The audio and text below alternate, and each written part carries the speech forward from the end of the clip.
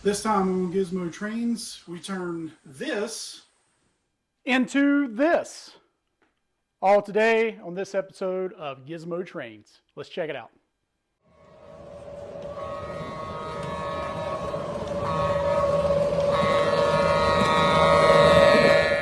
I'm sure some of you tuning in right now is wondering, Gizmo, thought this was a train channel, not this old house. Well, if you're going to be in this hobby, you have to be carpenter, electrician, etc., because that's part of building any layout. Well, today, this is what we're starting with. If you remember in my last video, we talked about turning part of my garage into the new layout. But the more I thought about that, the more I realized it was just a dumb idea. We have a lot of dust in there, stuff that we dealt with at the last house, not to mention limited room. Looked at doing the mezzanine area, which would have been cool to have a little bit of more space to do the round table and some scenery. And then would have had it coming around multi-level, like we talked about, having it elevated. But that also brings challenges. What happens when we need to work on something? What happens if we have a derailment? Well, then things go horribly wrong and lots of expensive money ends up on the floor broken. So the more I thought about it, the more I realized I needed to separate that. And this is the area I've chose for it. A little rough now, but as we will see, we can turn it around. This is actually the attic of the house. The house does have a basement, but my son lives there. So he takes all my good train space. But with this, actually gives me a lot more room than the basement. This here is about 60 by 20, not to mention the area that I have over the attached garage. So I have a massive amount of room to play with. A few things we plan on doing is not only having the layout, of course, but I'm going to have a storage area. As we all know, there's a huge challenge when you have these trains to have a place to put stuff. Empty boxes, scenery supplies. That was a challenge I had last time. Some folks, unfortunately, result to buying storage units or renting storage units. Eric's Trains, I know personally, has one of those, and I couldn't imagine the horror of having to pay that bill on a monthly basis. That's just more train money. So, in this area here, I plan to have a nice, maybe yard area, because we have this header here that I can't get rid of. Will kind of be a raised up area. Another thing a lot of people always seem to forget is having an area just to hang out in. People come over and enjoy the layout, hang out, talk trains. More hobbyists that I talk to regret not doing that. So, behind this area here is a very kind of strange design on what this house had when we bought it. Not really sure what the builder of this house really was going for, but now it's going to be kind of to our advantage. We'll actually have a nice little view out front of the house, a few windows there, have a little lounge area, a little place to sit, smoke cigars, have some bourbon. So, I'm excited, but we have a lot of work to do first, so let's get to it. So I tried to get as much as I could of this build on video with the GoPro, but this is the South in September/October, and it has been hot. Not as hot as we've had in past. It's actually been pretty pleasurable outside. We've been in the mid 80s, low 90s some days, but with that, remember, we're up in the attic, and many days it's 110 degrees or more up here. So even though I was also getting overheated, the GoPro was not happy at all about it. So some of these shots here of me sort of building stairs and kind of doing the flooring a little bit and some of the framework, well, that's basically just as much as I could get because the GoPro simply just kept overheating, and it was really hard to keep it rolling. And then you just get busy, and when you're doing stuff like this, sometimes it just gets in the way trying to move cameras and stuff. So it gives you a little bit of an idea of some of the process of what I went through getting all this stuff together and some of the hassles and just sheer amount of work.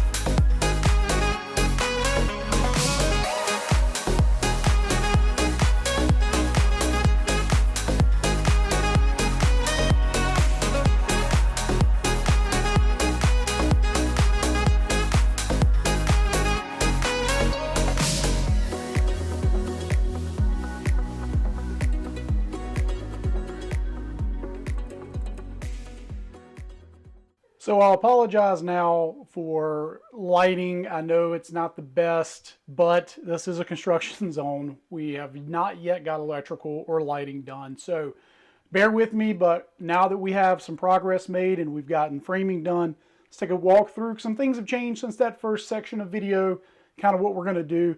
So let's take a look real quick. All right, so we added the door and the stairs.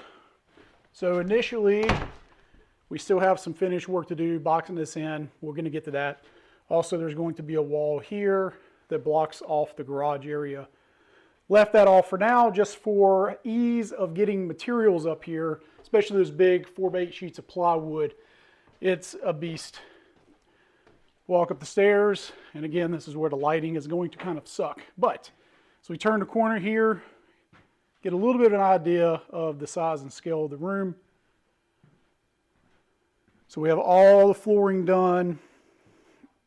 Here on the left, this originally was this weird sort of design thing, as I said, from the original home builder. What I did was, of course, cut out this wall, make a nice opening, put a false floor, raise it up so that we can have a nice little hangout spot, put some chairs and stuff. See outside, of course, wonderful time of the year, all the stink bugs. These windows I plan to change out with something more modern, probably some nice square horizontal windows. This area here, you can see how much it's really opened up. We have our knee walls.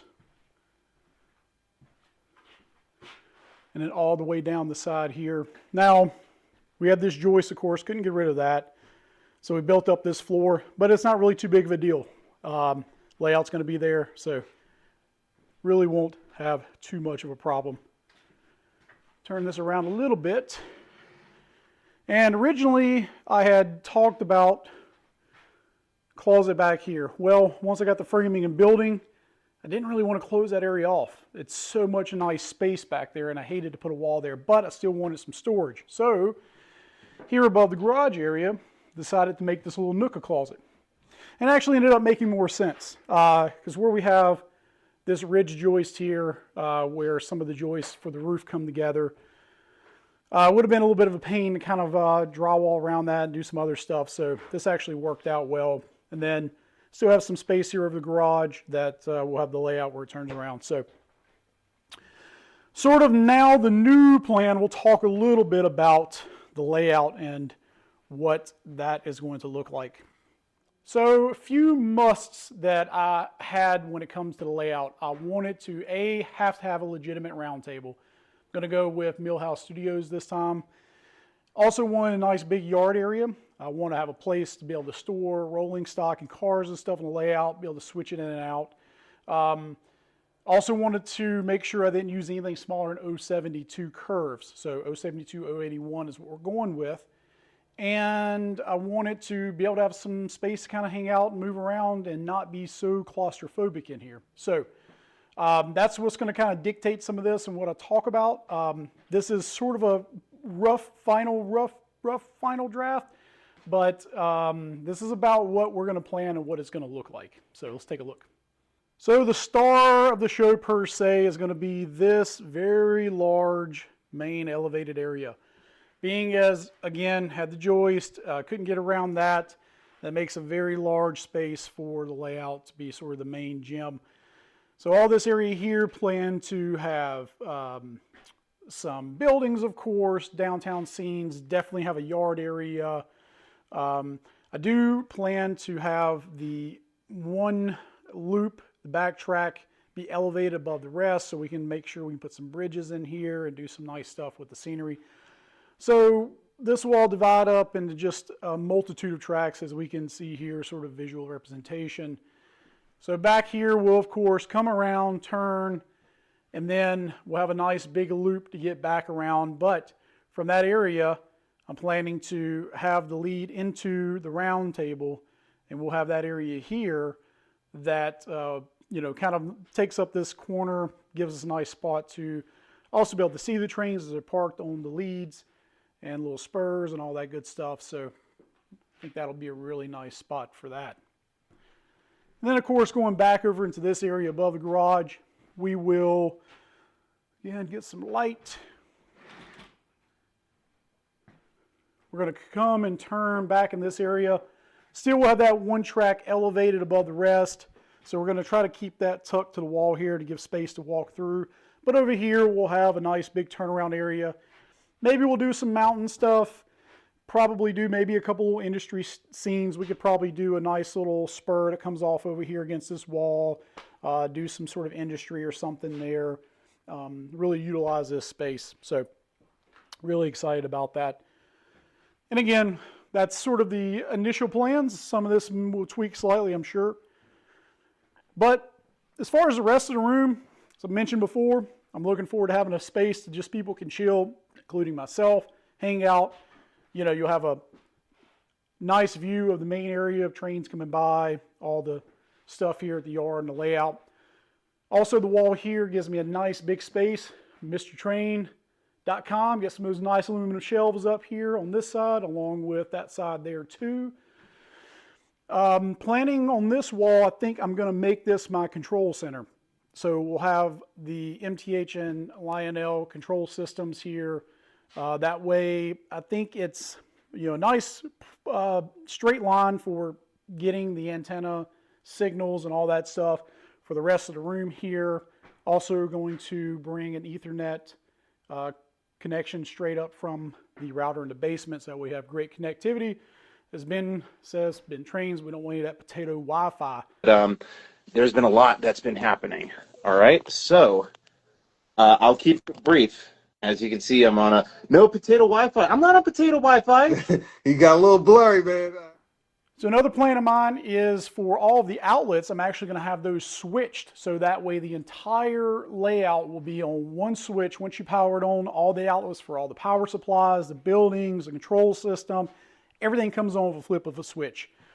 That way we're not finicking with multiple power sources or anything weird.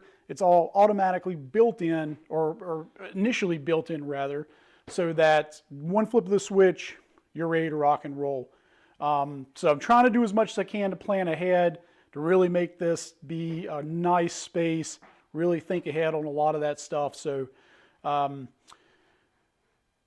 lot has been done so far. This has been a chore, I'm not going to lie. You know, anything when it comes to construction and building, you always have surprises. It always takes longer than what you expect. You always end up finding things, or maybe something doesn't quite fit the way you expect it, but that's just how it goes.